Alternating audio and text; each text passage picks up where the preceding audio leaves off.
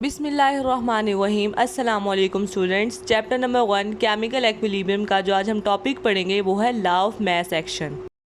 1869 में दो साइंटिस्ट थे, गुलबर्ज और वेज। ये दोनों रिवर्सिबल रिएक्शंस पे काम कर रहे थे।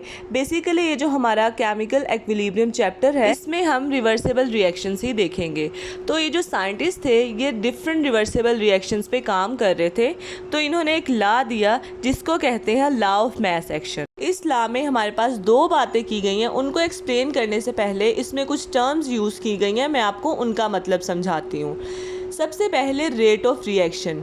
रेट ऑफ रिएक्शन का मतलब होता है स्पीड ऑफ रिएक्शन, यानी किस स्पीड से हमारा रिएक्शन प्रोसीड कर रहा है उसको हम कहते हैं रेट ऑफ रिएक्शन। नेक्स्ट है एक्टिव मास। वो मास जो किसी केमिकल रिएक्शन में हिस्सा ले रहा होता है उसको हम लोग कहते हैं ये एक्टिव मास है। ये नीचे एग्जांपल वाटर की है। दो हमारे पास हाइड्रोजन एटम होते हैं और एक ऑक्सीजन एटम जब रिएक्ट करते हैं तो वाटर मॉलिक्यूल बनता है। तो हाइड्रोजन के दो हमारे पास मोल हैं और ऑक्सीजन का एक मोल। ये दो और एक जो है ना ये हमारे पास एक्टिव मास है, कोई भी मास जो रिएक्शन में टेक पार्ट कर रहा हो। चले मैं इसको और आसान अल्फाज में बताती हूँ। लेट्स सपोज आप 5 आइसक्रीम लेके आए हैं, उसमें से आप 2 खा लेते हैं और 3 फ्रिज में रख देते हैं। तो 2 आइसक्रीम जो आपने खा ली हैं वो एक्टिव मास होगा। 5 की 5 कंसीडर नहीं होंगी बल्कि सिर्फ 2 होंगी।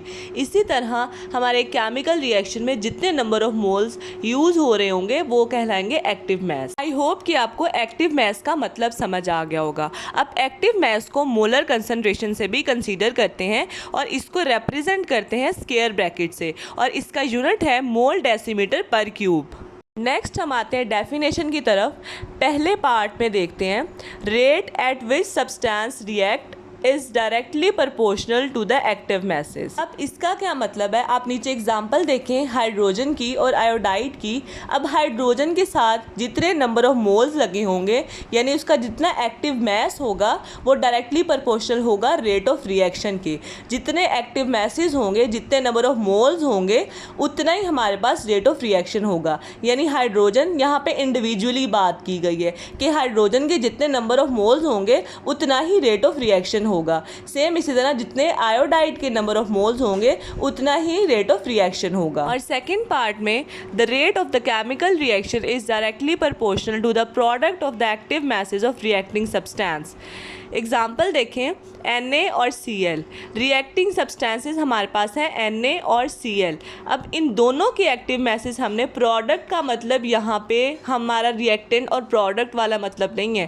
प्रोडक्ट का मतलब है कि टोटल, यानी Na का 1 मोल और Cl का 1 मोल। तो टोटल जो हमारे पास एक्टिव मासेस हैं वो डायरेक्टली प्रोपोर्शनल है रेट ऑफ रिएक्शन के। तो फर्स्ट पार्ट में इंडिविजुअली बात की गई थी कि हाइड्रोजन का एक्टिव मास या आयोडीन का एक्टिव मास, ठीक है, किसी एक सब्सटेंस का एक्टिव मास। नीचे उन्होंने कहा है कि जितनी भी रिएक्टिंग स्पीशी हो, 2 है 3 है या जितनी भी हैं, उन सब का अगर टोटल करें एक्टिव मास तो वो डायरेक्टली प्रोपोर्शनल होगा रेट ऑफ रिएक्शन के। तो ये दोनों पॉसिबिलिटीज़ हैं और ये दोनों पॉसिबिलिटीज़ अगर फॉलो हो रही होंगी तो ये हमारे पास होगा law of mass action. Next हम जनरल रिएक्शन देखते हैं। इसमें बड़ा ए और जो बड़ा बी है वो हमारे पास रिएक्टिंग सब्सटेंसेस हैं और जो छोटा ए और छोटा बी है ये नंबर ऑफ मोल्स है, यानी कि एक्टिव मासेस। और साथ इसके आप एरोज देख सकते हैं, ये रिवर्सेबल के एरोज हैं। मैंने आपको कहा था कि केमिकल एक्विलिब्रियम में मोस्टली हम लोग रिवर्सेबल रिएक्शंस को ही स्टडी करेंगे।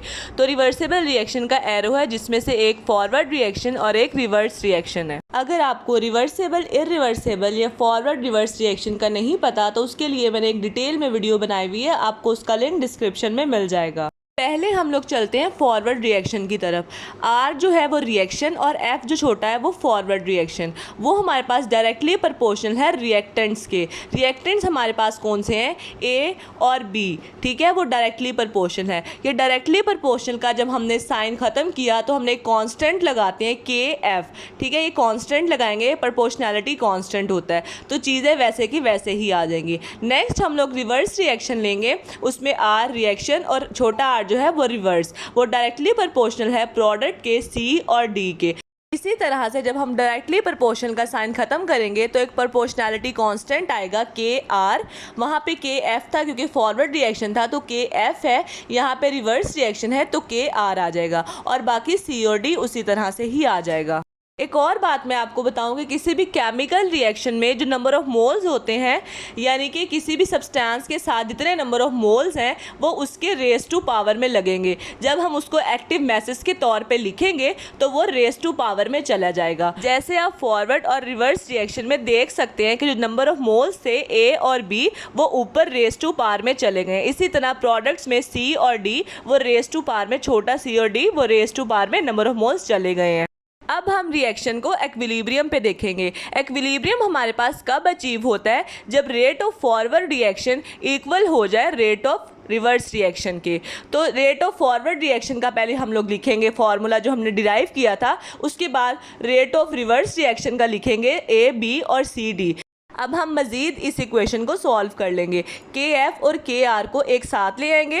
के आर हमें पता है इधर मल्टीप्लाई हो रहा है, लेकिन दूसरी साइड पे आके वो डिवाइड हो जाएगा। इसी तरह से सी डी है, दूसरी साइड पे ए बी है, ए बी उधर मल्टीप्लाई हो रहा है, नीचे आके डिवाइड हो जाएगा। नेक्स्ट जो हमने एक साइड पे के एफ और के आर किया था, तो के एफ ओवर के आर बराबर होता है के सी के। के सी होता है केमिकल एक्विलिब्रियम कांस्टेंट। के सी की पहले हम लोग बाकी सारी वैल्यूज़ उसी तरह ही लिखी हुई हैं, ठीक है। अब के सी की हम लोग डेफिनेशन देखते हैं। Rate of chemical reaction is directly proportional to the product of the molar concentration of reactants raise to power equal to their number of moles in chemical reactions. अब इसका मतलब क्या है? इसका मतलब ये है कि हमारे पास रिएक्टेंट्स के जितने भी मोलर कंसंट्रेशन हैं, या आप देखें सी डी ए बी, इस तरह से जितने भी हमारे पास रिएक्टेंट्स हैं, इनके रेस टू पार में जो हमने नंबर ऑफ मोल्स लिखे हुए हैं, इनकी पार के ऊपर नंबर ऑफ मोल्स जो लिखे हुए हैं, इसको हम टोटल करें, इनका अगर हम प्रोडक्ट लें तो ये डायरेक्टली प्रोपोर्शनल होगा रेट ऑफ रिएक्शन के, यानी स्पीड ऑफ रिएक्शन के। नेक्स्ट अब हम लोग डिफरेंट रिएक्शंस का केसी निकालेंगे। लेट्स सपोज अब मैं आपको डिफरेंट रिएक्शंस का केसी निकालना बताऊंगी। लेट्स सपोज अगर आपको एक केमिकल इक्वेशन दे दी जाती है और कहा जाता है कि इसका केसी फाइंड करें, यानी केमिकल एक्विलिब्रियम कांस्टेंट फाइंड करें, तो वो किस तरह से करेंगे वो मैं आपको बताती हूँ। सबसे पहला रिएक्शन यहाँ पे मैंने नाइट्रोजन मोनोऑक्साइड का लिया हुआ है, तो N2 और O2 ये दोनों मिलके हमारे पास बनाते हैं नाइट्रोजन मोनोऑक्साइड। पहले हम लोग इसका फॉरवर्ड रिएक्शन लिखेंगे। फॉरवर्ड रिएक्शन में रिएक्टेंट्स लिखेंगे N2 और O2। अब N के नीचे 2 है, ठीक है। अगर N के साथ 2 होता तो वो उसके एक्टिव मैसेज होते, यानी वो नंबर ऑफ मोल्स होते, तो उसको हम रेस टू पावर में लिखते। लेकिन ये N के साथ नहीं है, N के नीचे है, तो ये आगे जब हम लोग रिएक्शन में लिखेंगे तो ये नीचे ही आएगा, ठीक है। तो फॉरवर्ड रिएक्शन हमने रिएक्टेंट्स लिख लिए। नेक्स्ट हम इसी तरह रिवर्स रिएक्शन लिखेंगे। रिवर्स रिएक्शन में हमारे पास प्रोडक्ट आएगा तो NO आ जाएगा। अब हमारे पास यहाँ 2NO था, साथ था 2, नीचे नहीं था, साथ था, इसलिए कि हमारे पास रेस टू पावर में ऊपर चला जाएगा। नेक्स्ट हमारे पास KF और KR ये दोनों इक्वल होके बना देंगे KC, तो हमारे पास KC बन गया। और KC हमने पीछे डिराइव किया था कि ऊपर प्रोडक्ट्स आते हैं और नीचे रिएक्टेंट्स आते हैं, इसलिए हम NO ऊपर लिख देंगे और N2O2 नीचे लिख देंगे।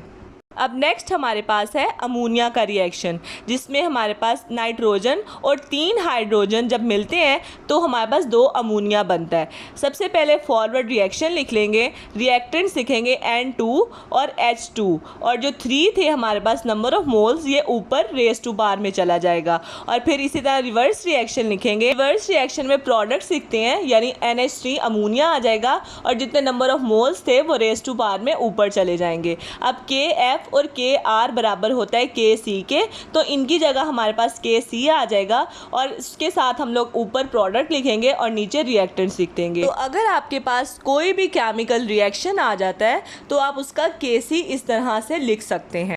तो ये था हमारा आज का लेक्चर। आई होप कि आपको समझ आया होगा। अगर कुछ समझ नहीं आया तो आप कमेंट बॉक्स में पूछ सकते हैं। वीडियो अच्छी लगी हो तो लाइक कीजिएगा, शेयर कीजिएगा और मेरे चैनल को सब्सक्राइब कीजिएगा।